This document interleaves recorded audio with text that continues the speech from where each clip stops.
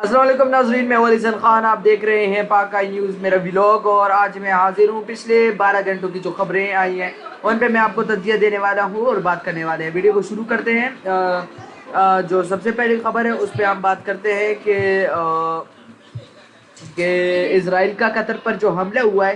قطر پر اسرائیل حملے کے بعد امریکی صدر ڈونلڈ ٹرمپ نے اسرائیلی وزیر اعظم بنجامن نیتن یاہو سے فون پر بات کی اور اپنی ناپسندگی کا اظہار کیا۔ ڈونلڈ ٹرمپ نے جو ہے اس میں اسرائیل سے جو ہے ڈونلڈ ٹرمپ نے پہلے کہا کہ مجھے اس بات پہ علم نہیں تھا کہ اسرائیل حملہ کرے گا، اور پھر انہوں نے جو ہے گفتگو کی اور کہا کہ یہ آپ نے غلط کیا ہے، مطلب یہ انہوں نے کہا، انہوں نے اس سے اختلاف کیا اس پہ ان حملوں سے۔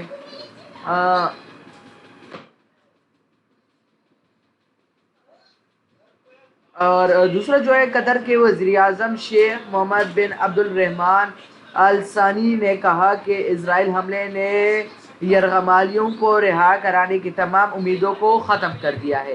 یہ بھی ایک میجر اپڈیٹ سے، مطلب کہ جیسے اب قطر نے یہ سٹانس اٹھایا ہے، فزیکل ڈیمیج دینے کی بجائے قطر نے یہ سٹانس اٹھایا ہے کہ انہوں نے جو یرغمالی ہیں ان کو نہ رہا کروانے کا جو ہے یہ سٹانس اٹھایا ہے۔ پاکستان کے وزیر اعظم شہباز شریف نے جو ہے دعا پر اسرائیلی حملے کی شدید مذمت کی ہے اور اسرائیل کو خود مختاری اور علاقائی سالمیت کے خلاف ورزی قرار دیا ہے۔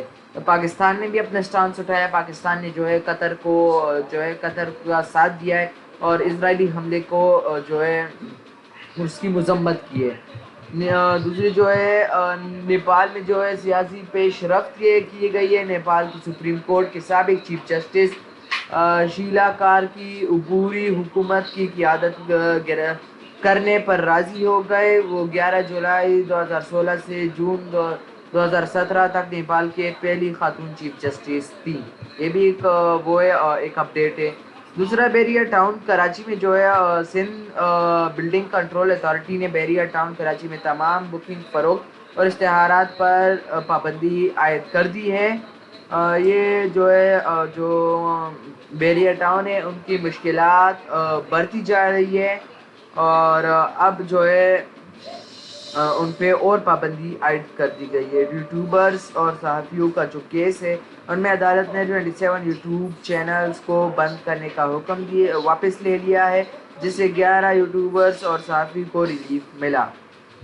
دوسری جو خبر ہے وہ پاکستانی سیاست کے لیے ریلیٹڈ ہے۔ اسلام آباد ہائی کورٹ میں عمران خان اور بشرا بی بی کے 190 ملین پاؤنڈ کیس میں ضمانت کی درخواست کی جلد سماعت کی درخواست کی گئی۔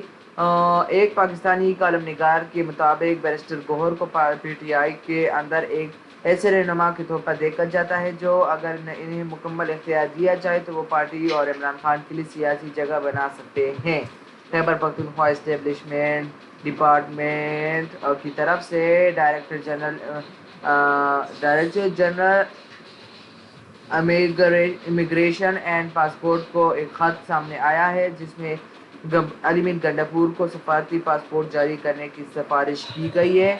اور دوسری خبر جو ہے اس میں اسلام آباد ہائی کورٹ میں چیف جسٹس ہدار اعجاز اسحاق اور وکیل ایمان نظاری کے درمیان سماعت کے دوران پیچیدہ صورتحال پیدا ہو گئی۔ پاکستان چیف جسٹس قاضی فائز عیسیٰ نے ایک بار پھر پاکستان چیف جسٹس جو ہے یحییٰ آفریدی غلط ہو گیا، ایک بار پھر جسٹس سعید منصور علی شاہ کو بیرون ملک ایک کانفرنس میں شرکت کے لیے سفر کے لیے NOC جاری کرنے سے انکار کر دیا۔ سیکورٹی فورسز خیبر پختونخوا شمالی وزیرستان محمد اور بنو میں انٹیلیجنس پیڈ آپریشنز کے دوران بھارت کی حمایت یافتہ 19 دہشت گردوں کو ہلاک کر دیا گیا۔